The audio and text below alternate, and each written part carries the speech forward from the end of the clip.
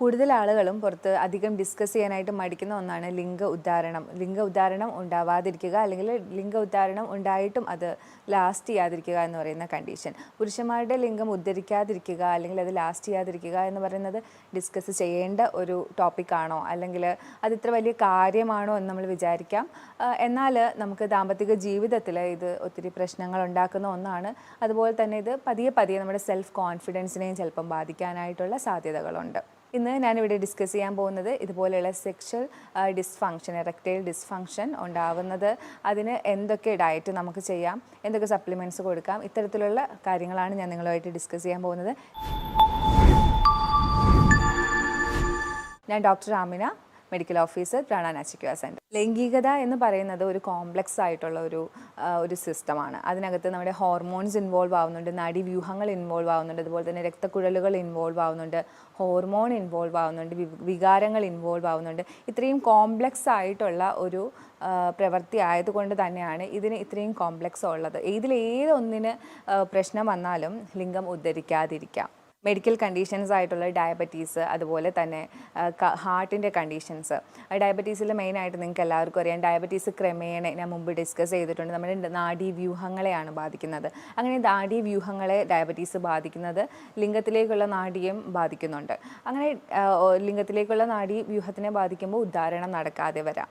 അതുപോലെ തന്നെ രക്തക്കുഴലുകൾ, കാർഡിയാക് ഡിസ്ഫങ്ഷൻസ് വരുമ്പോഴും ഇതുപോലെ രക്തം പമ്പ് ചെയ്യുന്നതിൻ്റെ കുഴപ്പമാണല്ലോ കാർഡിയാക് ഡിസ്ഫങ്ഷൻസിൽ വരുന്നത്. അതായത് ഹൃദയത്തിൻ്റെ പരമായിട്ടുള്ള എന്തെങ്കിലുമൊക്കെ പ്രോബ്ലംസ് വരുമ്പോഴും ഇതുപോലെ രക്തം പമ്പ് ചെയ്യുന്നില്ല നമ്മുടെ പെനിസിലേക്ക്, അല്ലെങ്കിൽ ലിംഗത്തിലേക്ക് ആവശ്യത്തിനുള്ള ബ്ലഡ് എത്തുന്നില്ല. അപ്പോൾ ഇത്തരം സാഹചര്യങ്ങളിലും ലിംഗം ഉദ്ധരിക്കാതെ വരാം. അതുകൊണ്ടാണ് ഞാൻ ആദ്യമേ പറഞ്ഞത് കോംപ്ലക്സ് ആയിട്ടുള്ള ഒന്നായത് പലതും ഇതിൽ ഇൻവോൾവ് ആയതുകൊണ്ടാണ് പെട്ടെന്ന് ഇത്തരം പ്രശ്നങ്ങൾ വരുന്നത്. ഇതിൽ ഏതൊരു പാർട്ട്, ഇപ്പം രക്തക്കുഴലിൻ്റെ പ്രശ്നമായാലും നാഡീവ്യൂഹത്തിൻ്റെ പ്രശ്നമായാലും അത് ഇതിനെ ബാധിക്കുന്നു. അതുകൊണ്ടാണ് ഇങ്ങനത്തെ പ്രശ്നങ്ങൾ കൂടുതലായും കണ്ടുവരുന്നത്. ചില മെഡിസിനുകൾ, അതായത് BP-യുടെ മെഡിസിൻ, അല്ലെങ്കിൽ പെയിനിൻ്റെ മെഡിസിൻ, കുറച്ച് ആൻറ്റി ഡിപ്രഷൻ മെഡിസിനൊക്കെ നമുക്ക് ഇത് എടുക്കുന്നവർക്ക് ലിംഗം ഉദ്ധരിക്കാറില്ല. അതുപോലെ തന്നെ ചില സൈക്കോളജിക്കൽ ഡിസോർഡർ ആയിട്ടുള്ള ആൻസൈറ്റി ഡിസോർഡറും ഡിപ്രഷനും ഒക്കെ ഉള്ളവർക്കും ലിംഗം ഉദ്ധരിക്കില്ല. അതുപോലെ ഓവർ വെയ്റ്റ്, ഒബേസിറ്റി പോലുള്ള രോഗങ്ങൾ വരുന്ന സാഹചര്യങ്ങളിൽ ഇത്തരം ലിംഗ ഉദ്ധാരണക്കുറവ് കണ്ടുവരാറുണ്ട്.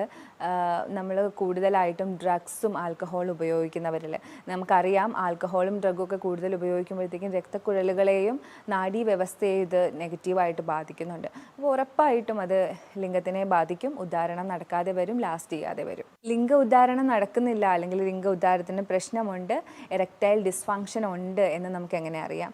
ലിംഗം ഉദ്ധരിക്കില്ല, അല്ലെങ്കിൽ ഉദ്ധരിച്ച ലിംഗം കൂടുതൽ നേരം ലാസ്റ്റ് ചെയ്യില്ല ബെഡ് ടൈമിൽ, അല്ലെങ്കിൽ നമുക്ക് ലൈംഗിക താല്പര്യങ്ങൾ ഉണ്ടാവാതെ ഇരിക്കാം. ഇത്തരം സാഹചര്യങ്ങളിലാണ് നമുക്ക് അതൊരു എറക്റ്റൈൽ ഡിസ്ഫങ്ഷനാണ്, അല്ലെങ്കിൽ ഉദ്ധാരണക്കുറവ് ഈ വ്യക്തിക്കുണ്ട് എന്ന് നമുക്ക് പറയാൻ കഴിയുന്നത്. ഇത്തരം ലിംഗം ഉദ്ധരിക്കാതെ ഇരിക്കുന്ന അവസ്ഥ, അല്ലെങ്കിൽ ഉദ്ധാരണക്കുറവ് അനുഭവിക്കുന്നവർ ഇത് ഡയറ്റിൻ്റെ പ്രശ്നമാണോ എന്ന് എപ്പോഴും, എല്ലാം ഡയറ്റിൻ്റെ പ്രശ്നം കാരണമാണല്ലോ, അപ്പോൾ ഇതിനൊരു പങ്ക് ഡയറ്റിലുണ്ടോ എന്ന് നമുക്ക് എന്തായാലും ഒരു സംശയം ഉണ്ടാവും. ഉറപ്പായിട്ടും ഡീപ്പ് ഫ്രൈഡ് ആയിട്ടുള്ള ഫുഡ് അധികം കഴിക്കുന്നത് നമ്മുടെ ലിംഗം കൂടുതൽ ഉദ്ധരിക്കാതിരിക്കാനും ലിംഗത്തിൻ്റെ സാധാരണ എല്ലാ ഭാഗത്തേക്കുമുള്ള ആരോഗ്യം നശിക്കുന്നത് പോലെ തന്നെ ലിംഗത്തിൻ്റെ ആരോഗ്യവും ഇത് നശിപ്പിക്കുന്നതാണ് ഡീപ്പ് ഫ്രൈഡ് ആയിട്ടുള്ള ഫുഡ്. അതിൽ തന്നെ നമ്മൾ ഏത് ഓയിലാണ് ഉപയോഗിക്കുന്നത് നമുക്കറിയില്ലല്ലോ. അപ്പോൾ അത്തരം ഭക്ഷണങ്ങൾ, നിങ്ങൾക്ക് ഇത്തരം പ്രശ്നങ്ങൾ നിങ്ങൾ അനുഭവിക്കുന്നുണ്ടെങ്കിൽ ദയവ് ചെയ്ത് അത്തരം ഭക്ഷണങ്ങൾ നിങ്ങൾ ഒഴിവാക്കുന്നതായിരിക്കും കൂടുതൽ നല്ലത്. നമ്മൾ ഫുൾ ഫാറ്റ് ഡയറി, അതായത് ഫാറ്റുള്ള ഡയറി, നമ്മൾ സ്കിംഡ് മിൽക്ക് എന്നൊക്കെ പറയും, അതല്ലാണ്ട് ഫാറ്റ് ഫുള്ളായിട്ടുള്ള ഡയറി പ്രോഡക്ട്സ് യൂസ് ചെയ്യുന്നത് നമ്മുടെ ഇത്തരം പ്രശ്നങ്ങൾ ഫേസ് ചെയ്യുന്ന ആൾക്കാർക്ക് അത്ര നല്ലതല്ല. കാരണം ഇതിനകത്തുള്ള ആൻറ്റിബോഡീസ് നമ്മുടെ സെക്ഷൽ ഇറക്ഷൻ ഡിസ്ഫങ്ഷനെ കൂടുതൽ വഷളാക്കത്തതേ ഉള്ളൂ. അതുകൊണ്ട് ഫുൾ ഫാറ്റുള്ള മിൽക്ക് ഇത്തരം ആൾക്കാർ ലിംഗം ഉദ്ധരിക്കുന്നില്ല എന്ന് പരാതിപ്പെടുന്നവർ ഒഴിവാക്കുന്നത് നല്ലതാണ്. നമ്മളെപ്പോഴും നല്ലതാണ് എന്ന് പറയുന്ന ഫ്ലാക്സ് സീഡ്, അതുപോലെ തന്നെ സോയ, ഇത് ലിംഗം ഉദ്ധരിക്കാത്ത ആൾക്കാർക്ക്, അല്ലെങ്കിൽ ലിംഗം ഉദ്ധരിക്കുന്നു അത് ലാസ്റ്റ് ചെയ്യുന്നില്ല, അത്തരം ആൾക്കാർ ഒഴിവാക്കുന്നതാണ് നല്ലത്. കാരണം ഈസ്ട്രോജൻ്റെ അളവ് ഇത്തരം ഭക്ഷണത്തിൽ കൂടുതലാണ്, ഫ്ലാക്സ് സീഡിലും അതായത് സോയയിലും കൂടുതലാണ്. ഈസ്ട്രോജൻ ഒരു ഫീമെയിൽ ഹോർമോൺ ഹോർമോണാണ്. അതുകൊണ്ട് തന്നെ ഇത് കൂടുമ്പോഴത്തേക്കും ടെസ്റ്റോസ്റ്റിറോണിൻ്റെ പ്രവർത്തനം നന്നായി നടക്കില്ല. ഇത്തരം സെക്ഷൽ ഡിസ്ഫങ്ഷൻ ലൂടെ കടന്നു പോകുന്നവർ എന്ത് കഴിക്കണം, എന്ത് കഴിച്ചാലാണ് ഇത്തരം ഉദാഹരണം കുറയുന്നത്, അതിനെ പരിഹരിക്കാൻ പറ്റുക എന്നുള്ളത് എപ്പോഴും നമുക്കൊരു കൺഫ്യൂഷനും അല്ലെങ്കിൽ ടെൻഷനും നമുക്ക് എപ്പോഴും ഉണ്ടാവും. നമ്മൾ ഒത്തിരി റെഫർ ചെയ്യും. അപ്പോൾ ഇവിടെ ഞാൻ കുറച്ച് സ്റ്റഡീസിലൊക്കെ വന്നിരിക്കുന്ന കാര്യങ്ങളാണ് ഇവിടെ ഡിസ്കസ് ചെയ്യുന്നത്. നമുക്ക് വാട്ടർമെലൺ വളരെ നല്ലതാണ്. വാട്ടർമെലണിൽ അടങ്ങിയിട്ടുള്ള സിട്രുലിൻ എന്ന് പറയുന്ന ഒരു കണ്ടന്റ് ഉണ്ട്, അമിനോ ആസിഡാണ്. അപ്പോൾ ഇത് വന്നിട്ട് നമ്മുടെ ലിംഗത്തിലേക്കുള്ള രക്തയോട്ടവും ലിംഗത്തിൻ്റെ പ്രവർത്തനങ്ങളും ഒക്കെ കൂടുതൽ നന്നായി നടത്താനായിട്ട് ഹെൽപ്പ് ചെയ്യുമ്പോൾ ഒരു ഗ്ലാസ് വാട്ടർമെലൺ ഒക്കെ കുടിക്കുന്നത് വളരെ നല്ലതാണ് ഉദാഹരണത്തിന് വേണ്ടി. അതുപോലെ തന്നെ മാതളം വളരെ നല്ലതാണ്. മാതളത്തിനകത്ത് ഉള്ള ഒരു ആൻറ്റി ഓക്സിഡൻറ്റ് നൈട്രിക് ഓക്സൈഡിനെ ആക്ടിവേറ്റ് ചെയ്യും. അങ്ങനെ നൈട്രിക് ഓക്സൈഡിനെ ആക്ടിവേറ്റ് ചെയ്യുമ്പോഴത്തേക്കും ഈ നൈട്രിക് ഓക്സൈഡ് ചെയ്യുന്നത് എന്ന് പറഞ്ഞാൽ നൈട്രിക് ഓക്സൈഡ് നമ്മുടെ എല്ലാ കാര്യങ്ങളെയും ഉത്തേജിപ്പിക്കുന്ന ഒരാളാണ് നൈട്രിക് ഓക്സൈഡ്. ഇത് വന്നിട്ട് ലിംഗത്തിനെയും ഉത്തേജിപ്പിക്കാനായിട്ട് സഹായിക്കും. അങ്ങനെ ലിംഗ ഉദ്ധാരണം കൂടുതലായിട്ട് നമുക്ക് ഉണ്ടാവും. അതാണ് പോമഗ്രാനൈറ്റിൻ്റെ ഒരു ഉപയോഗം. നമ്മുടെ മാതളം കഴിക്കുന്നത് വളരെ നല്ലതാണ്. ഉറുമാൻ പഴം, മാതളം എന്നൊക്കെ പറയും. അതുപോലെ തന്നെ അത്തിപ്പഴം, ഫിഗ്, ഇതൊരു ഡ്രൈ ഫ്രൂട്ടാണ്. ഈ ഡ്രൈ ഫ്രൂട്ട് നമ്മൾ എടുക്കുന്നതിലൂടെ നമുക്ക് ഒത്തിരി എനർജി കിട്ടുന്നുണ്ട്. ഒത്തിരി എനർജി ഉള്ളതാണ് ഈ ഡ്രൈ ഫ്രൂട്ട്. അപ്പോൾ അത് നമുക്കിങ്ങനെ പാലിനകത്ത് കുതിർത്ത് രാവിലെ എടുക്കാവുന്നതാണ്. എല്ലാ രീതിയിലും ഈ ഡ്രൈ ഫ്രൂട്ട് വളരെ നല്ലതാണ് ബോഡിക്ക്. അതിനോടനുബന്ധിച്ച് തന്നെ ലിംഗത്തിൻ്റെ ഉദ്ധാരണത്തിനും ഈ ഡ്രൈ ഫ്രൂട്ടായിട്ടുള്ള അത്തിപ്പഴം ഒത്തിരി സഹായിക്കുന്നുണ്ട്. ആൻറ്റി ഓക്സിഡൻസ് കൂടുതൽ അടങ്ങിയിട്ടുള്ള അവക്കാഡോസ്, ഒലിവ് ഓയിൽസ്, അത്തരം ഫുഡുകളൊക്കെ ഉൾപ്പെടുത്തി കഴിഞ്ഞാൽ നമുക്ക് ലിംഗോദ്ധാരണത്തിന് സഹായിക്കും. എപ്പോഴും നല്ല ക്ലീനായിട്ടുള്ള ഭക്ഷണം കഴിക്കുക. അതായത് ക്ലീൻ എന്ന് പറയുമ്പോഴത്തേക്കും വൃത്തിയുള്ള അടുക്കളയിൽ ഉണ്ടാക്കിയതെന്നല്ല, അത് ടോക്സിൻസ് കുറഞ്ഞ ഭക്ഷണം കഴിക്കുക. നമ്മളിവിടെ വരുമ്പോഴത്തേക്ക് എപ്പോഴും ഞാൻ പേഷ്യൻസിനോട് പറയും, ഇവിടെ ക്ലീൻ ആയിട്ടുള്ള ഭക്ഷണമാണ് നിങ്ങൾക്ക് തരുന്നത്. അതിൻ്റെ അർത്ഥം ഒരിക്കലും അത് ക്ലീൻ ആയിട്ടുള്ള കിച്ചണിൽ ഉണ്ടാക്കിയെന്നല്ല. അതിനകത്ത് കൊളസ്ട്രോൾ ഉണ്ടാക്കുന്ന കാര്യങ്ങൾ കുറവായിരിക്കും, ബ്ലഡ് പ്രഷർ കൂട്ടുന്ന കാര്യങ്ങൾ കുറവായിരിക്കും, ബ്ലഡ് ഷുഗർ കൂട്ടുന്ന കാര്യങ്ങൾ കുറവായിരിക്കും. അതുപോലെ തന്നെ മറ്റുള്ള ടോക്സിൻസൊക്കെ വളരെ കുറവായിരിക്കും. അതാണ് ഈ ക്ലീൻ ഫുഡ് എന്ന് പറയുന്നത്. കൂടുതലായിട്ടും അധികം കരിച്ചും പൊരിച്ചും എടുക്കാത്ത ഫുഡ്, ആവിയിൽ വേവിച്ചത്, അധികം സ്പൈസ് ആഡ് ചെയ്യാത്തത്, ആവശ്യത്തിന് എല്ലാം ഒരു ബ്ലാൻഡ് ലെവലിൽ ആയിരിക്കും കഴിക്കുന്നത്. അപ്പോൾ അത്തരം ഭക്ഷണക്രമങ്ങൾ എപ്പോഴും നമ്മുടെ ശരീരത്തിനെ ഉത്തേജിപ്പിക്കും. അങ്ങനെ ഒരു 10 ദിവസം അല്ലെങ്കിൽ 15 ദിവസം ഇത്തരം ഡയറ്റുകൾ ഫോളോ ചെയ്യുന്നത് നിങ്ങളുടെ ലിംഗ ഉദ്ധാരണം നല്ല രീതിയിൽ തിരികെ കൊണ്ടുവരാൻ, അത് നല്ല രീതിയിൽ പ്രവർത്തിക്കാനായിട്ട് നിങ്ങളെ സഹായിക്കും. നട്ട്സ്, ബദാം, സീഡ്സ്, ഇതൊക്കെ എപ്പോഴും മിനറൽസും വൈറ്റമിൻസും ഒരുപാട് റിച്ച് ആയിട്ടുള്ളതാണ്.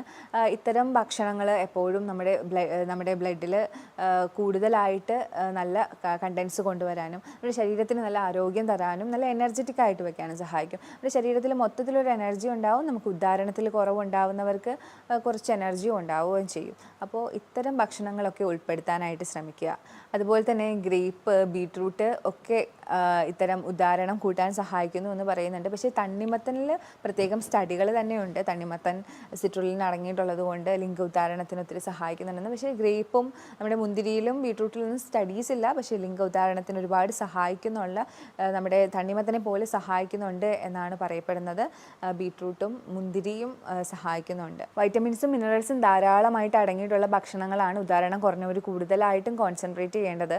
നമ്മൾ ആരും തന്നെ ഒരിക്കലും വൈറ്റമിൻസും മിനറൽസും ഒന്നും അല്ല കോൺസെൻട്രേറ്റ് ചെയ്യുന്നത്. എപ്പോഴും നമ്മുടെ നാവിൻ്റെ രുചിയാണ് നമ്മൾ കോൺസെൻട്രേറ്റ് ചെയ്യുന്നത്. ഒരുപാട് പ്രോട്ടീനും ഒരുപാട് കാർബോഹൈഡ്രേറ്റും ഫൈബറും ഒക്കെ കഴിക്കുന്നതിൻ്റെ കൂട്ടത്തിൽ നമുക്ക് വൈറ്റമിൻസും മിനറൽസും കൂടി വേണം. പ്രത്യേകിച്ച് ലിംഗത്തിന് ഉദ്ധാരണം കുറവുള്ള സാഹചര്യത്തിൽ കൂടുതൽ വൈറ്റമിൻസിലും മിനറൽസിലും കോൺസെൻട്രേറ്റ് ചെയ്യേണ്ടതുണ്ട്. അതുകൊണ്ടാണ് ഞാൻ പറഞ്ഞത് നട്ട്സ്, ഡ്രൈ ഫ്രൂട്ട്സ് ഒക്കെ ഉൾപ്പെടുത്തുന്നത്. അതും അതിൽ തന്നെ എസ്പെഷ്യലി ഫിഗൊക്കെ കഴിക്കുന്നത് വളരെ നല്ലതാണെന്ന് ഞാൻ പറഞ്ഞിരുന്നു. ഇനി നമുക്ക് നമ്മൾ ലിംഗ ഉദ്ധാരണത്തിനായിട്ട് സഹായിക്കുന്ന സപ്ലിമെൻറ്റ്സ് ഏതൊക്കെയാണെന്ന് നോക്കാം. വൈറ്റമിൻ B3, നിയാസിൻ നമുക്ക് എങ്ങനെയാണ് ഹെൽപ്പ് ചെയ്യുന്നതെന്ന് ചോദിച്ചാൽ, ഇത് നമുക്ക് ബ്ലഡ് തിന്നറായിട്ടാണ് ഹെൽപ്പ് ചെയ്യുന്നത്. വൈറ്റമിൻ B3 അടങ്ങിയിട്ടുള്ള ഭക്ഷണങ്ങൾ നമ്മൾ കൂടുതൽ കഴിക്കുകയാണെങ്കിൽ ഇത്തരം ബ്ലഡ് തിന്നിങ് പ്രോപ്പർട്ടീസ് ഉണ്ടാവും.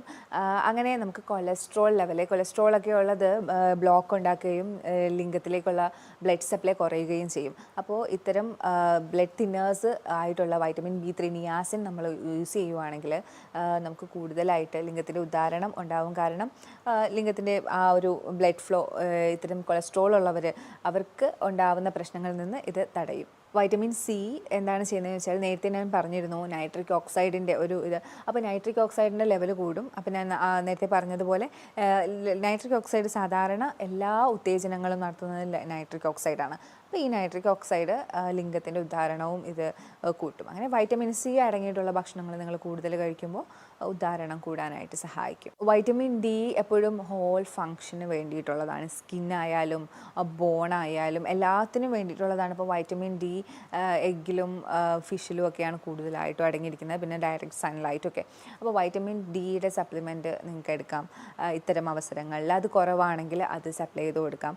കാരണം ഓവറോൾ ഹെൽത്തിന് ആവശ്യമായിട്ടുള്ളതാണ് വൈറ്റമിൻ ഡി എന്ന് പറയുന്നത്. അതുപോലെ തന്നെ സിങ്കിൻ്റെ സപ്ലിമെൻറ്റ്സ് ടെസ്റ്റോസ്റ്റിറോണിനെ നിയന്ത്രിക്കുന്നുണ്ട്. സിങ്കിൻ്റെ സപ്ലിമെൻറ്റ്സ് നിങ്ങൾക്ക് എടുക്കാം. അതുപോലെ തന്നെ വൈറ്റമിൻ B9 അതായത് ഫോളേറ്റ് എടുക്കുന്നതിലൂടെ നമുക്ക് മൂഡ് സ്റ്റെബിലൈസിങ് ആണ്. നമ്മൾ ആദ്യം തന്നെ ഡിസ്കസ് ചെയ്തതാണ് മൂഡ്. നമ്മുടെ എല്ലാ രീതിയിലുള്ള ഒരു ബാലൻസും ഇതിനകത്ത് വേണം. അപ്പോൾ മൂഡ് സ്റ്റെബിലൈസർ ആയിട്ടുള്ള ഇതും എടുക്കുകയാണെങ്കിൽ സ്ട്രെസ് ലെവലും കാര്യങ്ങളും ആൻസൈറ്റിയൊക്കെ ഒന്ന് കുറഞ്ഞു കിട്ടും. വൈറ്റമിൻ ഇ ടെസ്റ്റോസ്റ്റിറോൺ കൂടാനായിട്ട് സഹായിക്കും, മെയിൽ ഹോർമോൺ ആയിട്ടുള്ള. അപ്പോൾ വൈറ്റമിൻ ഇ എടുക്കുന്നതും വളരെ നല്ലതാണ്. ലാർജിനിൻ അടങ്ങിയിട്ടുള്ള പംകിൻ സീഡ്സും അതുപോലെ സീഡ് വർഗ്ഗങ്ങളൊക്കെ എടുക്കുമ്പോൾ നൈട്രിക് ഓക്സൈഡിൻ്റെ കൂടുതലാണ് ഉണ്ടാകുന്നത്. നൈട്രിക് ഓക്സൈഡ് ഞാൻ നേരത്തെ പറഞ്ഞതുപോലെ ഉദ്ധാരണങ്ങളെയാണ് ഹെൽപ്പ് ചെയ്യുന്നത്. അതോടുകൂടി ലിംഗത്തിൻ്റെ ഉദ്ധാരണത്തിനെ ഇത് ഹെൽപ്പ് ചെയ്യുന്നുണ്ട്. മഗ്നീഷ്യം എപ്പോഴും നല്ലതാണ്. മഗ്നീഷ്യം കുറഞ്ഞു പോയാൽ ലിംഗത്തിൻ്റെ ഉദ്ധാരണം കുറയും. മഗ്നീഷ്യം എപ്പോഴും ബ്ലഡ് വെസൽസിനെ കൂടുതൽ നല്ല ആരോഗ്യകരമായിട്ട് വെക്കാനായി റിലാക്സ് ചെയ്യുന്ന ഒന്നാണ് മഗ്നീഷ്യം എന്ന് പറയുന്നത്. അപ്പോൾ ഇതിൻ്റെ കുറവ് നമ്മുടെ ബ്ലഡ് വെസൽസിനെ കൺസ്ട്രക്റ്റ് ചെയ്യുകയും ലിംഗത്തിൻ്റെ ഉദ്ധാരണം കുറയ്ക്കുകയും ചെയ്യും. ഇത് നമുക്ക് കൂടുതലായിട്ടും അവക്കാഡോസ്, ലെഗ്യൂംസ് ഒക്കെ ഉപയോഗിക്കാം മഗ്നീഷ്യം കൂടുതലായിട്ട് നമുക്ക് കിട്ടാനായി. ടെസ്റ്റോസ്റ്റിറോൺ ഇത്രയും ഇമ്പോർട്ടൻ്റ് ആണോ, ഇത്രയും യൂസ്ഫുൾ ആണോ എന്ന് നമുക്ക് എന്തായാലും തോന്നാം. ടെസ്റ്റോസ്റ്റിറോണിനെ ഇമ്പ്രൂവ് ചെയ്യുന്നത് വളരെ ആവശ്യമായിട്ടുള്ള ഒന്നാണ് ഉദാഹരണത്തിൽ. കാരണം നമ്മുടെ മസിലിൻ്റെ സ്ട്രെങ്ത്, ബോണിൻ്റെ സ്ട്രെങ്ത്, അതുപോലെ തന്നെ സ്പേം കൗണ്ട് കൂട്ടാനായിട്ട്, സ്ട്രോങ് ആയിട്ടുള്ള ബോൺ ഉണ്ടാവാനായിട്ടൊക്കെ നമുക്ക് നമ്മുടെ ടെസ്റ്റോസ്റ്റിറോണിൻ്റെ ആവശ്യമുണ്ട്. അതുകൊണ്ട് തന്നെയാണ് എടുത്തെടുത്ത് ടെസ്റ്റോസ്റ്റിറോണിൻ്റെ കാര്യം പറയുന്നത്. സിങ്ക്, അതായത് വൈറ്റമിൻ ഇ ഒക്കെയാണ് ടെസ്റ്റോസ്റ്റിറോൺ കൂടാനായിട്ട് സഹായിക്കുന്നത്. അതുപോലെ തന്നെ ഞാൻ അവോയ്ഡ് ചെയ്യാൻ പറഞ്ഞത് ഫ്ലാക്സ് സീഡും സോയയുമാണ്. കാര്യം അത് ടെസ്റ്റോസ്റ്റിറോണിനെ കുറയ്ക്കും. എങ്ങനെയാണെന്ന് ചോദിച്ചാൽ ഈസ്ട്രോജനെ കൂട്ടും, അത് ഫീമെയിൽ ഹോർമോൺ ആയിട്ടുള്ള. അപ്പോൾ ഇത്തരം കാര്യങ്ങളാണ് നമ്മൾ മെയിനായിട്ടും സെക്ഷൽ ഡിസ്ഫങ്ഷൻ അനുഭവിക്കുന്ന ആൾക്കാരൊന്ന് ശ്രദ്ധിക്കേണ്ടത്. അപ്പോൾ ഇത്തരം പ്രശ്നങ്ങൾ നിങ്ങൾ ആരെങ്കിലും ഇതിലൂടെയൊക്കെ കടന്നു പോകുന്നുണ്ടെങ്കിൽ ഒരിക്കലും മടിക്കാതെ ഒരു ഡോക്ടറെ കാണുക, എക്സ്പേർട്ടിനെ തന്നെ കണ്ട് അതിനായിട്ടുള്ള സഹായങ്ങൾ തേടുക. ഏതൊക്കെ വൈറ്റമിൻസ് ആണ്, സപ്ലിമെൻറ്റ്സ് ആണ് നിങ്ങൾ എടുക്കേണ്ടത്, എന്തൊക്കെ ഭക്ഷണമാണ് നിങ്ങൾക്ക് ശരിയായ രീതിയിൽ കഴിക്കേണ്ടത്. കാരണം പല കോംപ്ലിക്കേഷനും ഉണ്ടാവും, ചിലപ്പോൾ മറ്റുള്ള ഡിസീസ് ഉണ്ടാവും. അപ്പോൾ ഒറ്റയ്ക്കൊരു തീരുമാനം എടുക്കാതെ ഒരു നല്ല എക്സ്പേർട്ടിൻ്റെ സഹായത്തോടു കൂടി ഒരു നല്ല ഡയറ്റും നല്ല ട്രീറ്റ്മെൻറ്റ് പ്ലാനും ഒക്കെ കണ്ടെത്തുക. എന്തായാലും ഇതിനൊക്കെ ശാശ്വതമായിട്ടുള്ള പ്രതിവിധി തന്നെ ഉള്ള രോഗങ്ങളാണ്. ഇതൊരു രോഗം എന്ന് പോലും പറയാൻ പറ്റില്ല, ഒരു കണ്ടീഷനാണ്. ഞാൻ പറഞ്ഞതിൽ നിങ്ങൾക്ക് എന്തെങ്കിലുമൊക്കെ ഡൗട്ട് ഉണ്ടെങ്കിൽ ഈ കാണുന്ന നമ്പറിൽ നിങ്ങൾക്ക് കോൺടാക്റ്റ് ചെയ്യാവുന്നതാണ്. അടുത്തൊരു വീഡിയോയിലേക്ക് കാണുന്നത് വരെ ബൈ.